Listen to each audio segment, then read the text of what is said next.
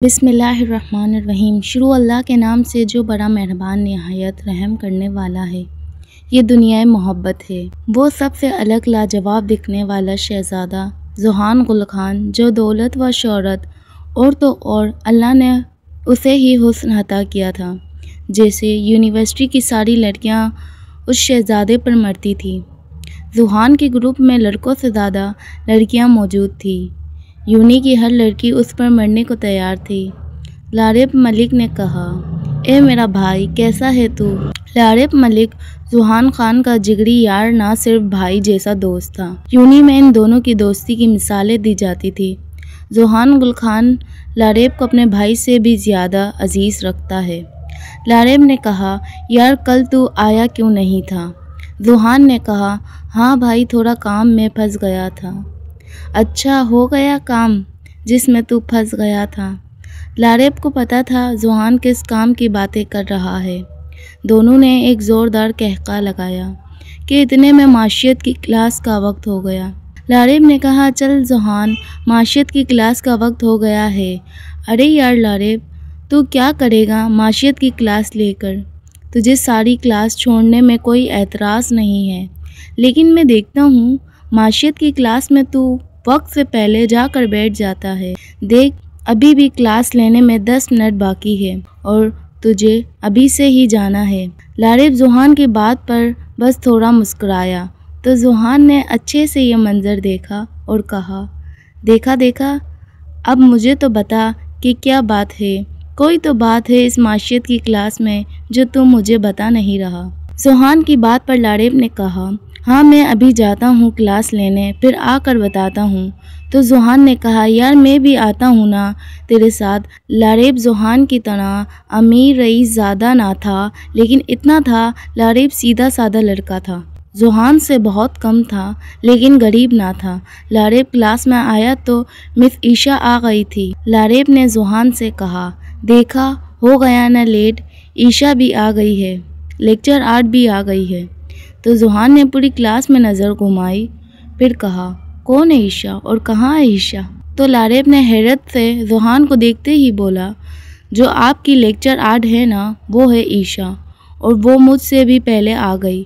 او اچھا، یہ مس عائشہ ہے؟ نہیں، یہ مس عائشہ نہیں ہے، ان کا نام عائشہ ہے، معاشیت کی مس ہے۔ او نہیں، ذوحان نے لارب سے کہا، میرا مطلب ہے یہ اتنی چپ اور پیاری سی اپنے کام سے کام کرنے والی عورت، ان کا نام جو بھی ہو، مجھے کیا؟ لارب کو بالکل بھی اچھا نہ لگا۔ ذوحان نے عائشہ کی تعریف کی تو لارب کو بالکل بھی اچھا نہیں لگا تھا۔ ویسے حیرت کی بات ہے لارب، اس یونی میں 400 سے زیادہ استاد ہیں، کسی کو کسی کی شکلیں تک یاد نہیں ہیں، اور تجھے نام تک پتہ ہے۔ مجھے سمجھ نہیں آ رہا لارب۔ اور ذوحان کی بن کی آوازیں پوری کلاس میں گونج رہی تھی کہ مس نے کہا، آپ دونوں کلاس تو ڈسٹرب نہ کرو، اگر کلاس میں موجودگی نہ ہو تو کلاس میں آنے کا کوئی فائدہ نہیں ہے آپ دونوں کا کلاس میں۔ لارب تو یہ سنتے ہی چپ چاپ خاموش ہو گیا اور خود سے کہنے لگا، کیا یار، ذوحان کی وجہ سے تو عائشہ کی نظر میں گر گیا، اب وہ تجھے بھی ہمیشہ نالائق اسٹوڈنٹ کی نظر سے دیکھے گی۔ ذوحان غصے سے اٹھا اور چیئر پر لات مارتا ہوا اٹھا اور کہا، چل لارب۔ لارب نے کہا، تو جا، میں کلاس ختم ہونے کے بعد آؤں گا۔ ذوحان نے لارب کو ایک قہر کی نظر ڈالی اور پھر عائشہ کے قریب سے اسے غصے سے دیکھتا ہوا وہاں سے نکل گیا۔ ذوحان کا چہرہ ایسا لال ہو رہا تھا کہ عائشہ نے نہ صرف ایک الفاظ کہا ہو بلکہ اس کے منہ پر تھپڑ مار دیا ہو۔ عائشہ بھی ذوحان کی طرف دیکھ کر ڈر گئی تھی کہ پوری کلاس کے سامنے عائشہ نے بامشکل اپنے حالت کو سنبھالا ہوا تھا۔ کلاس ختم ہونے کے بعد لارب ذوحان کے پاس آیا۔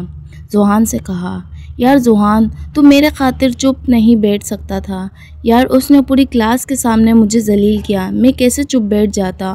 اور ذوحان، انہوں نے تجھے ذلیل نہیں کیا، صرف کہا۔ او اچھا، تو یہ بات ہے، انہوں نے۔ جھٹ سے ذوحان کا غصہ ٹھنڈا ہوا اور لارب سے کہا، اچھا تو یہ بات ہے، پوری یونی میں تجھے کسی لیکچر 8 کا نام نہیں پتا، لیکن اس چویا کا پتا تھا۔ وہ لارب نے ذوحان کے منہ سے چویا سنتے ہی کہا، یار ذوحان، تو ان کا تمیز سے بھی تو نام لے سکتا ہے نا۔ یہ کیا بات ہوئی؟ اب دیکھنے میں چویا سی ہے تو یار چویا ہی بولوں گا نا۔ لارب نے بامشکل اپنا غصہ کنٹرول کرتے ہوئے کہا۔ پھر بھی مس بولا کر، ذوحان نے لارب سے کہا۔ اس چویا کے لیے تو اپنی جگری یار مطلب مجھ سے لڑ رہا ہے لارب۔ لارب نے بامشکل اپنا غصہ کنٹرول کرتے ہوئے کہا، میں تجھ سے لڑ نہیں رہا، لیکن یہ بھی دیکھ اس نے صرف اور صرف صحیح بات پر ٹوکا، تو نے اس پر غصہ کر دیا، کتنی بری بات ہے۔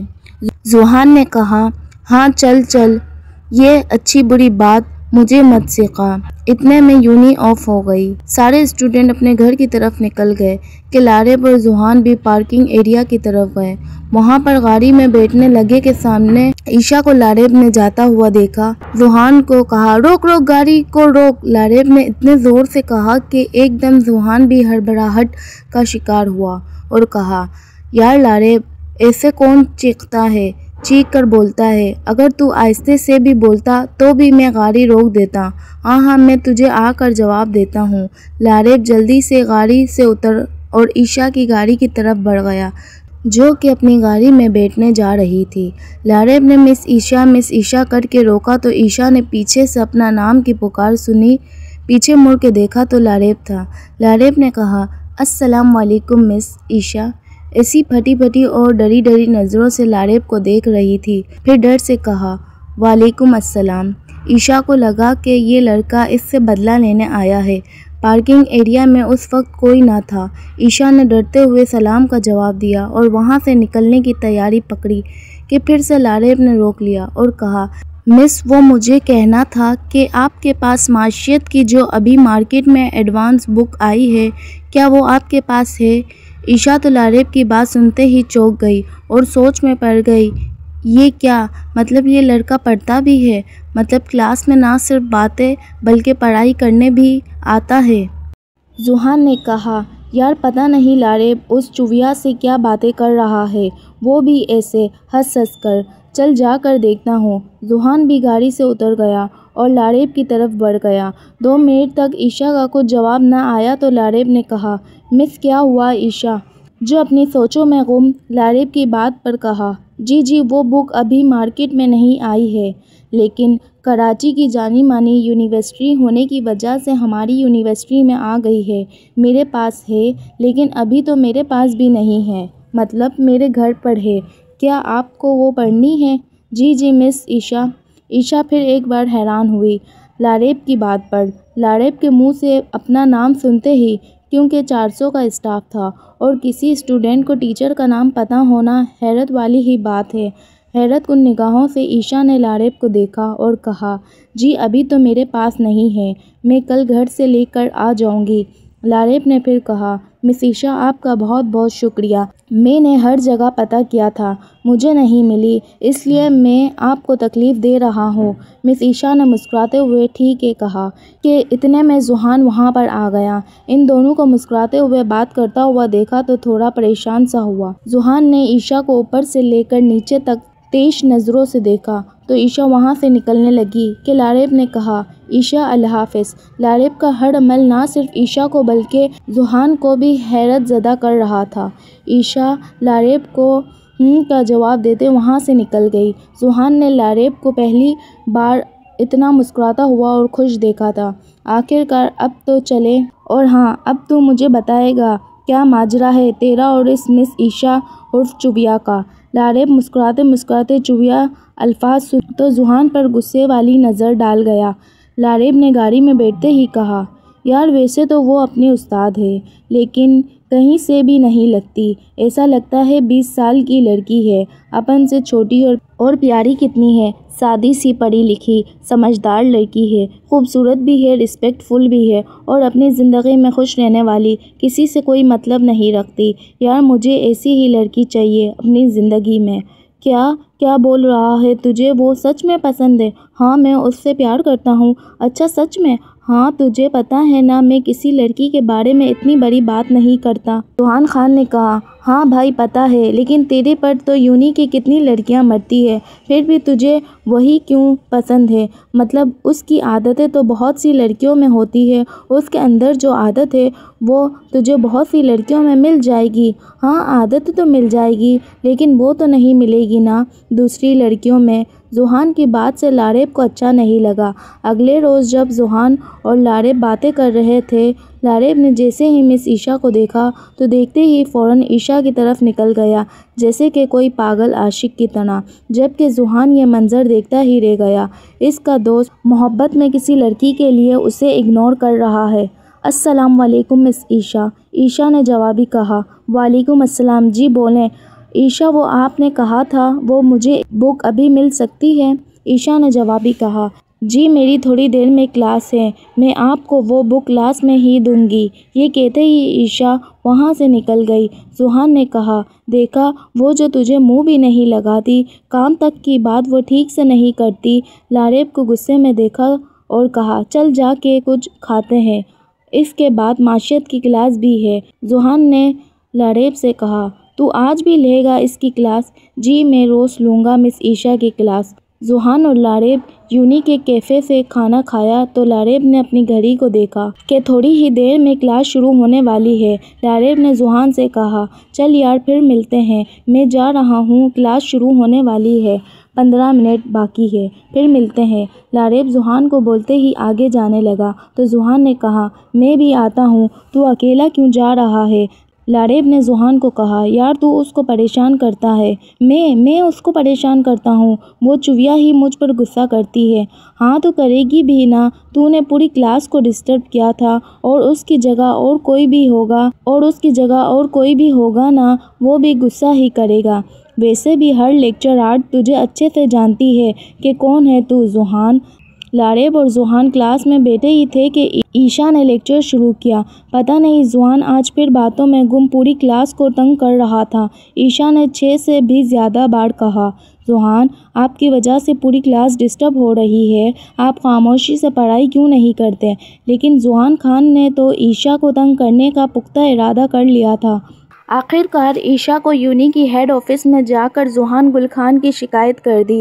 اگلی صبح جب ذوحان پھر سے معاشیت کی کلاس ڈسٹرب کر رہا تھا، گل خان جو پوری یونی کے بڑے بھی تھے اور یونی ان کا ہی تھا، جس بات سے عائشہ انجان تھی، پرنسپل نے روم میں آتے ہی ذوحان کا نام لیا اور ذوحان، گل خان آپ کا کیا مسئلہ ہے؟ اگر آپ کو کلاس نہیں لینی تو مت لیں، لیکن باقی اسٹوڈنٹ کو ڈسٹرب مت کرو، اور آپ کو 1 مہینے کے لیے یونی سے نکال دیا گیا ہے۔ میں کوئی صفائی نہیں سنوں گا، میں نے اپنی آنکھوں سے تمہیں پوری کلاس کو پریشان کرتا ہوا دیکھا ہے، جاؤ نکلو یہاں سے۔ شفاق گل خان نے ذوحان گل خان کو عائشہ کے غصے سے بھی زیادہ ذلیل کر کے نکالا تھا، کلاس میں سے اور 1 مہینے کے لیے یونی سے۔ ذوحان نے عائشہ پر ایک قہر کی نظر ڈالتے ہی کلاس سے نہیں بلکہ یونی سے ہی چلا گیا تھا۔ ذوحان جب گھر آیا تو ماما اور دادی نے کہا، بیٹا ذوحان کھانا کھاؤ ہمارے ساتھ۔ تو ذوحان نے ڈائننگ ٹیبل پر گل خان کو کھانا کھاتے ہوئے دیکھا تو وہاں سے غصے سے اپنی روم میں چلا گیا۔ فریدہ بیگم نے کہا، اس کو کیا ہوا ہے؟ پہلے تو کبھی اس نے ایسا نہیں کیا اور نہ ہی اس کو ایسے غصے میں دیکھا ہے، اگر غصہ ہوتا بھی ہے مجھ سے تو ملتا ہی ہے۔ فریدہ بیگم ذوحان کو لے کر پریشان ہوئی تو ذوحانہ بیگم نے کہا، ارے ماں بچہ ہے، کسی وجہ سے غصہ ہو گیا ہوگا۔ گل خان نے کہا، ماں ذوحان مجھ سے غصہ ہے۔ اچھا بیٹا تجھ سے کیوں؟ تو نے کیا کیا ہے؟ کیا ہوا ہے؟ تو نے اس پر غصہ کیا کیا؟ دادی پوتے کے لاڈ میں بول رہی تھی۔ گل خان نے کہا، آپ کے پیار نے اس کو بگاڑا ہوا ہے۔ ارے بیٹا بچہ ہے، وقت کے ساتھ ٹھیک ہو جائے گا۔ ذوحانہ بیگم نے کہا، ویسے کیا ہوا ہے خان؟ ارے یونی میں نہ خود پڑھتا ہے اور نہ کسی دوسرے بچوں کو پڑھنے دیتا ہے، بلکہ اب تو اس نے حد ہی کر دی، معاشیت کی پوری کلاس کو ڈسٹرب کر رہا تھا تو وہ مس اس سے اتنا پریشان ہوئی کہ وہ بچی میرے پاس آئی اور کہا، سر ذوحان گل خان پوری کلاس کو پریشان کرتا ہے۔ اچھا تو یہ بات ہے؟ ہاں ماں یہ بات ہے۔ ذوحان گل جو کہ اپنے روم سے نیچے آتا ہوا یہ سب بھی سن لیا۔ او اچھا عیشا نے بابا سے میری شکایت کی۔ مطلب بابا خود نہیں آئے تھے کلاس میں؟ مجھے لگا بابا خود آئے کلاس میں اور مجھے شرارت کرتے ہوئے دیکھ لیا۔ مطلب یہ سب عیشا کا کڑا دھڑا ہے۔ عیشا نے مجھے 1 مہینے کے لیے نکالا ہے اور میری اتنی بدنامی کی ہے۔ مس عیشا یاد رکھو، تم نے کس سے پنگا لیا ہے؟ ذوحان گل خان سے۔ ذوحان اپنی مونچھوں کو تاؤ دیتے ہوئے کہا اور خباثت والی مسکراہٹ چہرے پر سجا لی۔ 1 مہینہ کب نکل گیا پتہ ہی نہ چلا۔ 1 مہینے میں ذوحان نے عیشا کی ساری ڈیٹیل نکال لی تھی۔ جب ذوحان 1 مہینے بعد سب سے ملا تو خوشی سب نے اس کا ویلکم کیا، لیکن ذوحان کو پتہ تھا کہ لاریب عیشا کو پسند کرتا ہے، وہ کبھی بھی میرے بدلے میں میرا ساتھ نہیں دے گا۔ آج ذوحان نے معاشیت کی کلاس نہیں لی بلکہ عیشا کو دیکھتے ہی منہ گھما لیا تھا۔ عیشا نے دل ہی دل میں اللہ کا شکر ادا کیا، لگتا ہے اب یہ مجھے اور میری کلاس کو پریشان نہیں کرے گا۔ چھٹی کے وقت جب عیشا پارکنگ ایریا میں اپنی گاڑی کی طرف جا رہی تھی تو راستے میں ذوحان عیشا کے آگے آ گیا اور کہا، مس عیشا، تم کو کیا لگتا ہے میں تم کو چھوڑ دوں گا؟ ایسے کیسے میں تم کو چھوڑ دوں؟ جو تم نے میرے ساتھ کیا ہے۔ میں نے کچھ نہیں کیا۔ ہاں آپ نے تھوڑی نہ کچھ کیا ہے، پوری یونی کے سامنے میری بے عزتی کی ہے۔ یہ جو بھی ہوا وہ خود بخود ہو گیا۔ مجھے 1 مہینے کے لیے نکال دیا گیا، یہ سب خود بخود ہو گیا نا؟ نہیں میں نے کچھ نہیں کیا، ذوحان کو عیشا نے کہا تو ذوحان خان خباثت والی ہنسی ہنسا تو عیشا جلدی سے وہاں سے بھاگ گئی۔ عیشا کے چہرے پر صاف ذوحان کا ڈر تھا۔ ذوحان نے عیشا کو گاڑی سے بھاگتا ہوا دیکھا تو کہا، لیکن میں تمہیں چھوڑنے والا نہیں ہوں اور نہ ہی تم میرے ہاتھ سے بچ سکتی ہو، جتنا بھاگنا ہے بھاگ لو۔ ہاں۔ عیشا 100 کی اسپیڈ میں ڈر کے مارے گھر تو پہنچ گئی، لیکن ذوحان کا ڈر چہرے پر صاف ظاہر ہو رہا تھا۔ کریمہ تبریز نے کہا، آ گئی میری بچی؟ عیشا نے پھر کہا، ہاں آ گئی۔ کریمہ بیگم کو عیشا کا یہ انداز بہت عجیب لگا، کیونکہ عیشا جب گھر میں آتی تھی تو پہلے اپنے ماں کو سلام کرتی تھی، پھر اپنے باپ فاروق تبریز کے بارے میں پوچھتی تھی اور پھر آرام سے اپنے روم میں چلی جاتی، لیکن آج سیدھا اپنے روم میں چلی گئی۔ کافی دیر تک بھی عیشا روم سے باہر نہ آئی تو کریمہ تبریز پریشان ہوئی اور سوچا پتہ نہیں کیا ہوا ہے، عیشا کے روم میں جا کر اس سے بات کرتی ہوں۔ کریمہ روم میں آئی تو عیشا نماز پڑھ کر جائے نماز پر دعا مانگ رہی تھی۔ کریمہ نے بیٹی کو شدت سے دعا مانگتے ہوئے اور روتے ہوئے دیکھا تو کہا، کیا ہوا میری بچی، میری شہزادی، کیا ہوا؟ ماں نے عیشا کا منہ دیکھا تو آنکھوں میں آنسو دیکھتے ہی رہ گئی۔ کریمہ نے عیشا کو اپنے گلے لگایا۔ ماں کے گلے لگتے ہی عیشا ٹوٹ پھوٹ کر رونے لگی اور کہا، پھر سارا ماجرا اپنی امی کو بتایا۔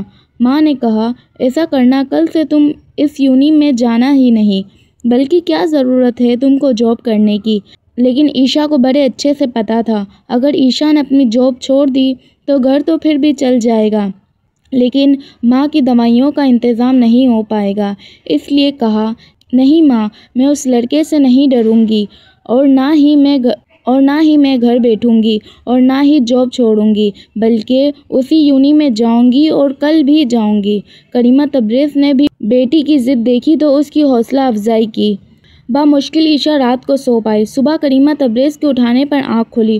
اٹھو میری بچی، کیا ہوا ہے؟ طبیعت ٹھیک نہیں ہے کیا؟ روز تو تم خود اٹھ جاتی ہو، آج کیوں نہیں اٹھی؟ نہیں مما، رات کو دیر سے سوئی تھی، آج ایک امپورٹنٹ لیکچر ہے جس کی وجہ سے پوری رات جاگ کے تیاری کی ہے، اس لیے۔ عیشا کریمہ کو صاف جھوٹ بولنے میں کامیاب رہی۔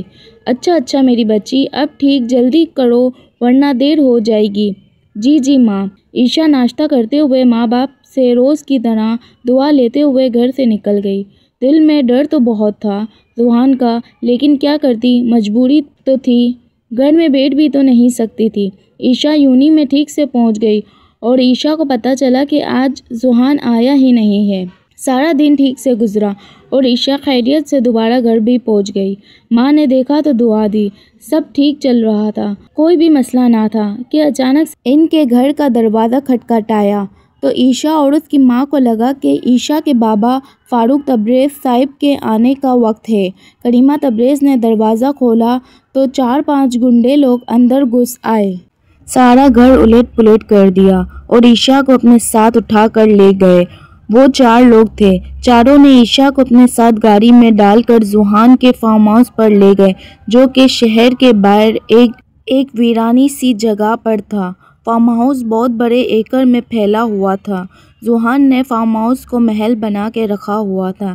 ایسا عالیشان فارم ہاؤس تھا کہ ملک کے بڑے بڑے لوگ اور ذوحان کے والد کے دوست تک بھی اپنی بزنس پارٹی ذوحان کے فارم ہاؤس میں رکھتے تھے۔ اس سے اندازہ لگایا جا سکتا ہے کہ فارم ہاؤس کی قیمت کیا ہو سکتی ہے۔ عائشہ کو ہوش نہ آیا، وہ کہاں پر ہے؟ عائشہ کو ذوحان کے لوگوں نے بے ہوش رکھا تھا۔ ایک گنڈے نے ذوحان کو اطلاع کر دی کہ ہم نے اس لڑکی کو یہاں لے کر آ گئے ہیں اور ابھی وہ بے ہوش ہے۔ ذوحان کا یہ سننا تھا کہ ذوحان فوراً سے فارم ہاؤس کی طرف آ گیا۔ عائشہ کے پاس آیا تو وہ ہوش میں نہیں تھی۔ ذوحان نے عائشہ کے ہوش میں آنے تک کا انتظار کیا۔ جب عائشہ ہوش میں آئی تو چھوڑو چھوڑو کی آوازیں پورے روم میں پھیل گئی۔ ذوحان عائشہ کی آواز سنتا اندر آیا اور کہا، مس عائشہ چلاؤ مت، انرجی سنبھال کے رکھو، آگے کام آئے گی۔ عائشہ نے جوابی کہا، ذوحان مجھے کیوں یہاں پر رکھا ہے؟ پلیز ذوحان مجھے جانے دو میرے گھر والوں کے پاس۔ ذوحان نے کہا، ایسے کیسے جانے دوں؟ جانے کے لیے تھوڑی نہ تم کو میں نے اغوا کروایا ہے، میں نے تم کو یہاں پر رکھنے کے لیے، اپنے پاس رکھنے کے لیے اغوا کروایا ہے۔ عائشہ ذوحان کی بات پر اپنے دونوں ہاتھ جوڑنے لگی اور کہا، میں تمہارے آگے ہاتھ جوڑتی ہوں، ہاتھ جوڑ کر معافی مانگتی ہوں۔ ذوحان معافی مانگنے پر تو اللہ بھی معاف کر دیتا ہے، مجھے معاف کر دو۔ عائشہ کے آنسو ذوحان کے ہاتھ پر گر رہے تھے، لیکن ایک ذوحان تھا جس کو کوئی فرق نہیں پڑ رہا تھا۔ ذوحان نے عائشہ کی بات پر ایک زوردار قہقہہ لگایا اور کہا، جس طرح پوری یونی میں تم نے میری بے عزتی کی ہے نا، ویسے ہی میں بھی تم کو بے عزت کروں گا۔ یہ کہہ کر ذوحان نے عائشہ کو دیوار میں پن کر دیا۔ عائشہ کے دونوں ہاتھ اپنے ایک ہی ہاتھ میں لے لیے اور ایک ہاتھ سے عائشہ کا منہ پکڑ کر اس سے کہا، اب تم کو پتہ چلے گا عزت کا جنازہ کیسے نکلتا ہے، جب بغیر حق تمہیں میری شدت سہنی پڑے گی نا۔ عائشہ روتے ہوئے، مت کرو ذوحان یہ سب میرے ساتھ، میری کوئی غلطی نہیں ہے، اگر میری غلطی ہے بھی اس میں تو آپ کی بھی غلطی ہے۔ ذوحان پھر سے عائشہ کی بات پر ایک زوردار قہقہہ لگایا۔ عائشہ نے اپنے آپ کو بالکل بے بس محسوس کیا۔ ذوحان نے عائشہ کے لب اپنے لب میں لیے۔ عائشہ تڑپ کر رہ گئی۔ ذوحان عائشہ پر اپنی شدتیں لٹاتا رہا جب تک عائشہ بے جان نہ ہو گئی۔ جب اچانک سے ذوحان کو عائشہ کا وجود نڈال ہوتا محسوس ہوا تو جھٹکے سے اس نے عائشہ کو چھوڑا۔ عائشہ اپنے آپ کو بامشکل سنبھال پائی۔ عائشہ اپنی سانسیں درست کرنے لگی تو یہاں ذوحان بھی اپنی سانسیں ٹھیک کرتا ہوا عائشہ کو دیکھ رہا تھا۔ عائشہ نے ذوحان کو کہا، یہ سب کر کے تم اچھا نہیں کر رہے، تمہیں زندگی میں کبھی سکون نہیں ملے گا۔ ذوحان نے عائشہ سے کہا، رسی جل گئی لیکن لڑکی بل نہیں گیا۔ ذوحان ایک نظر عائشہ پر ڈالتے ہوئے وہاں سے نکل گیا۔ رات کو ذوحان اپنے روم میں بار بار کروٹیں بدلتا رہا، لیکن ایک نیند تھی جو آنے کا نام ہی نہیں لے رہی تھی۔ اس میں بار بار عائشہ کا خیال آ جاتا تھا۔ آخرکار ذوحان نے اپنی گاڑی کی چابی لی اور فارم ہاؤس کی طرف نکل گیا۔ راستے میں ایک ہوٹل آئی۔ ہوٹل کو دیکھ کر ذوحان نے سوچا، پتہ نہیں اس نے کھانا کھایا ہوگا یا نہیں، 2 دن سے کچھ کھانا بھی کھایا ہے کہ نہیں۔ ذوحان نے اپنے فارم ہاؤس میں کھانے پینے کا انتظام کر رکھا تھا اور ذوحان نے اپنے بندوں سے بھی بول رکھا تھا کہ اس لڑکی کو ہر وقت کھانے کا پوچھتے رہنا، اس میں کوئی ہڈ حرامی نہ دیکھوں۔ ذوحان کو اپنے آدمیوں کی حرکتوں کے بارے میں اچھے سے پتہ تھا۔ ذوحان نے ہوٹل سے کھانا لیا اور عائشہ کے پاس روم میں آیا۔ ذوحان نے عائشہ کو جس روم میں رکھا ہوا تھا وہ روم ہی کسی محل سے کم نہ تھا، لیکن عائشہ زمین پر نڈال پڑی ہوئی تھی۔ ذوحان نے عائشہ کی حالت دیکھ کر خود کی مردانگی پر افسوس کیا۔ مرد ایسا ہوتا ہے کیا؟ ذوحان نے عائشہ کو اٹھا کر کہا، جاؤ جا کے فریش ہو کر آؤ، پھر کھانا کھانا۔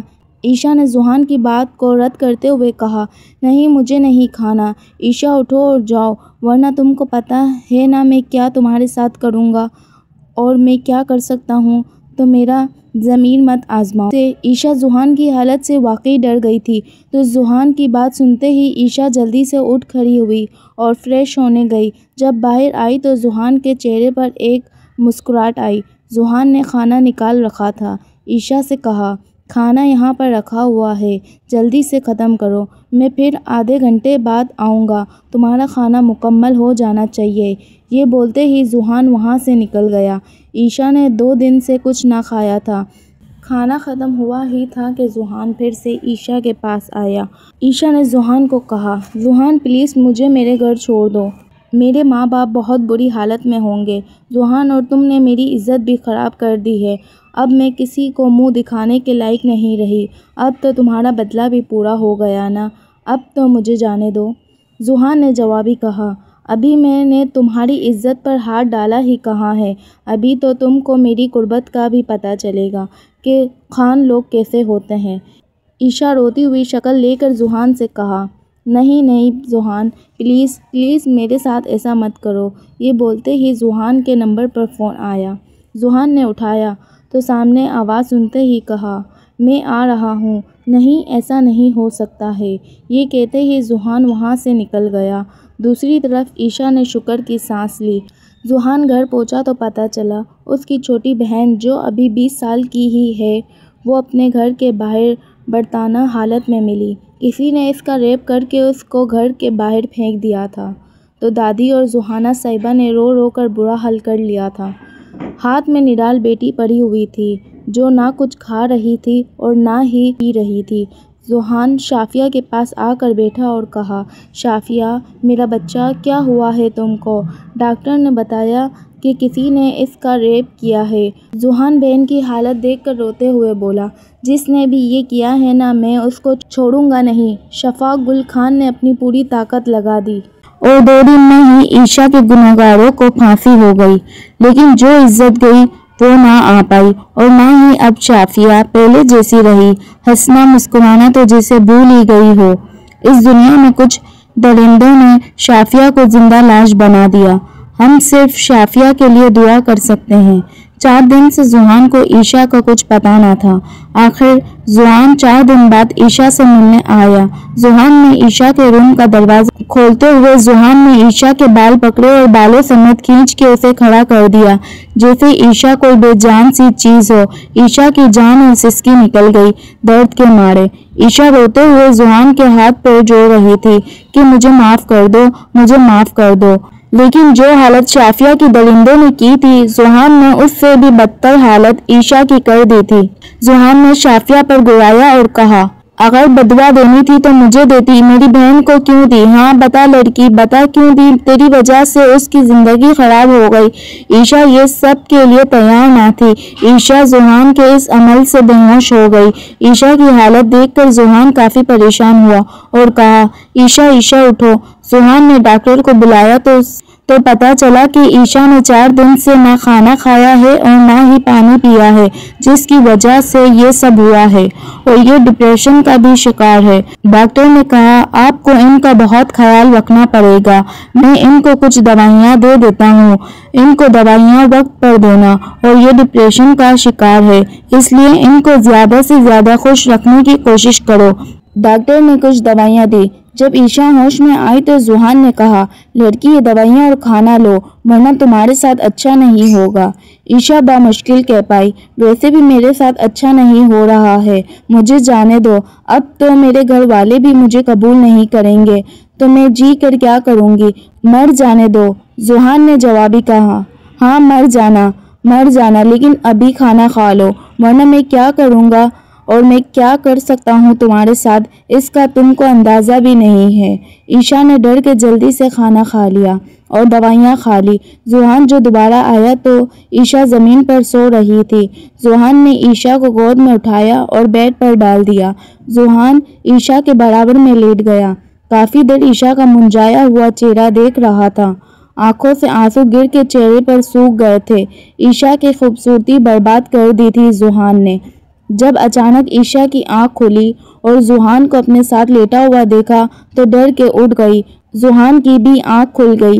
ذوحان نے عائشہ کی اس حالت پر اپنے دانت اس کی گردن پر گاڑ دیے۔ عائشہ کی ایک سسکی بلند ہوئی۔ عائشہ نے روتے ہوئے کہا، مت کرو میرے ساتھ یہ سب۔ اگر اپنی ہوس بجھانی ہی ہے تو مجھ سے نکاح کر کر بجھا لو، پھر جب شوق پورا ہو جائے تو طلاق دے دینا۔ عائشہ کو پتہ تھا ذوحان کبھی بھی اس کی یہ بات نہیں مانے گا، اس لیے عائشہ نے چاقو اٹھا لی اور ذوحان سے کہا، دور دور دور ہو جاؤ مجھ سے ذوحان، ورنہ میں خود کو مار دوں گی، دور ہو جاؤ۔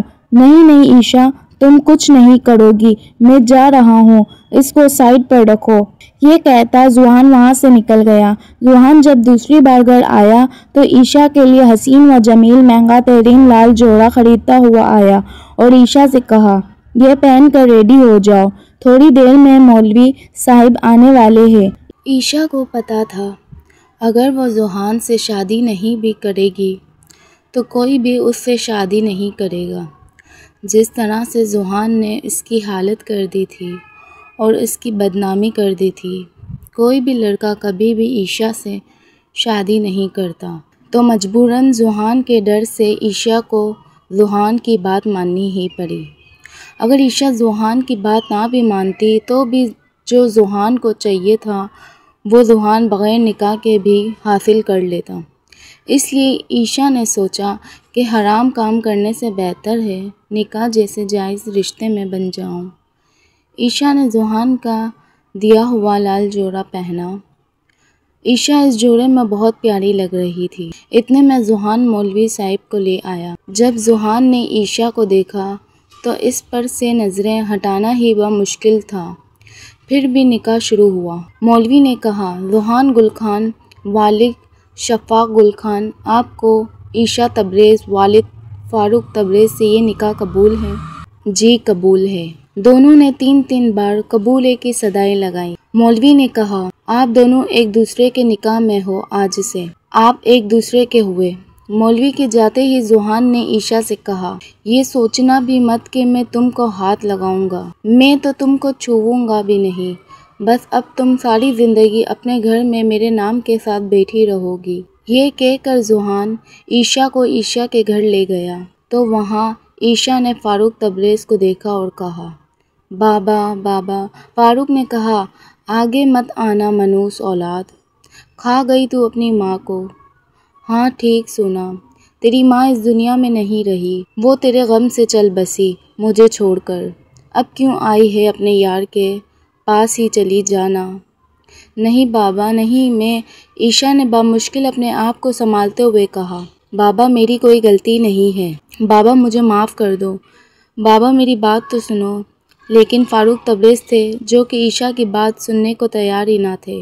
تیرے جیسی اولاد کو اگر ہم نے پیدا ہوتے ہی وقت مار دیا ہوتا تو آج ہم کو یہ غم نہ دیکھنا ہوتا، مجھے اور تیری ماں کو یہ دن نہ دیکھنا پڑتا۔ ہم نے تیری تربیت میں کیا کمی چھوڑی تھی جو تو نے یہ دن دکھا دیا۔ عائشہ باپ کی باتیں سن کے نڈال ہوتی زمین پر جا گری۔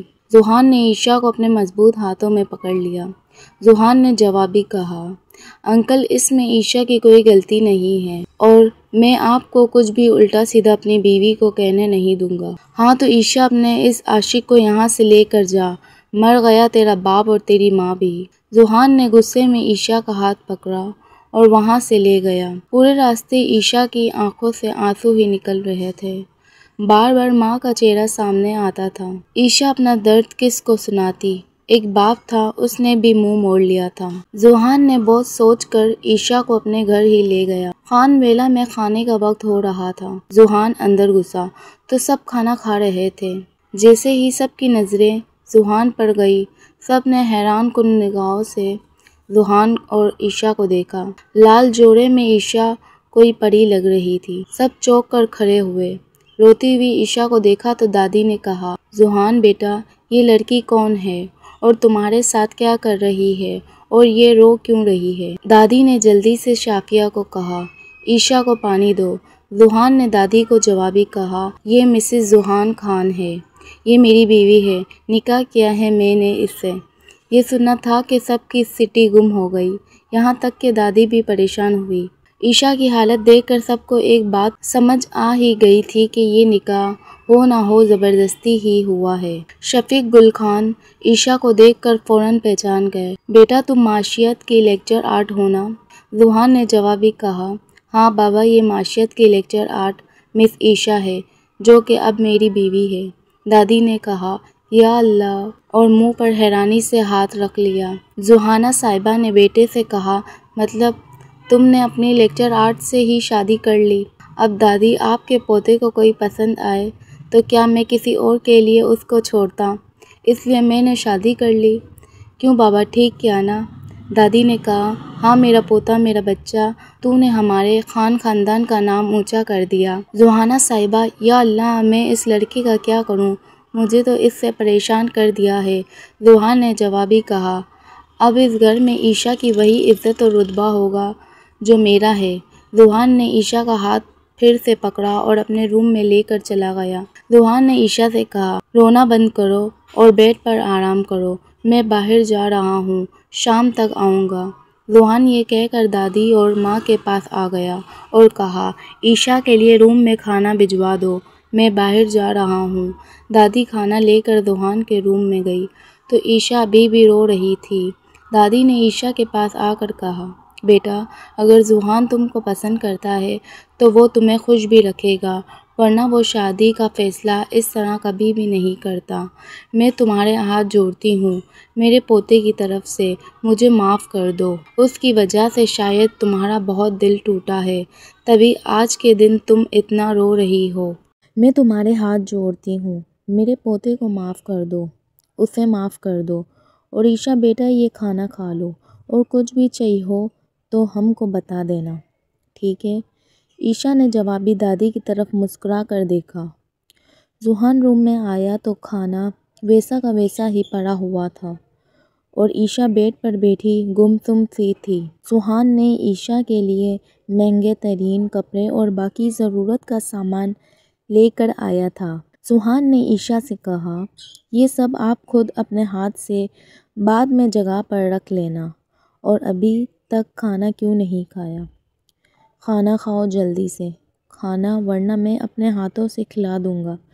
ذوحان نے کھانے کی پلیٹ لی اور عیشا کے پاس آ کر بیٹھ گیا اور اپنے ہاتھ سے نوالا بنا بنا کے عیشا کے منہ میں ڈال رہا تھا۔ عیشا جو کہ ذوحان کے ہاتھوں سے کھانا کھا بھی رہی تھی اور اس کی آنکھوں سے آنسو بھی گر رہے تھے۔ ذوحان نے عیشا کی آنکھوں سے آنسو صاف کیے اور کہا معاف نہیں کر سکتی؟ پلیز مجھے معاف کر دو۔ ذوحان نے کہا میں اپنی غلطی پر بہت شرمندہ ہوں۔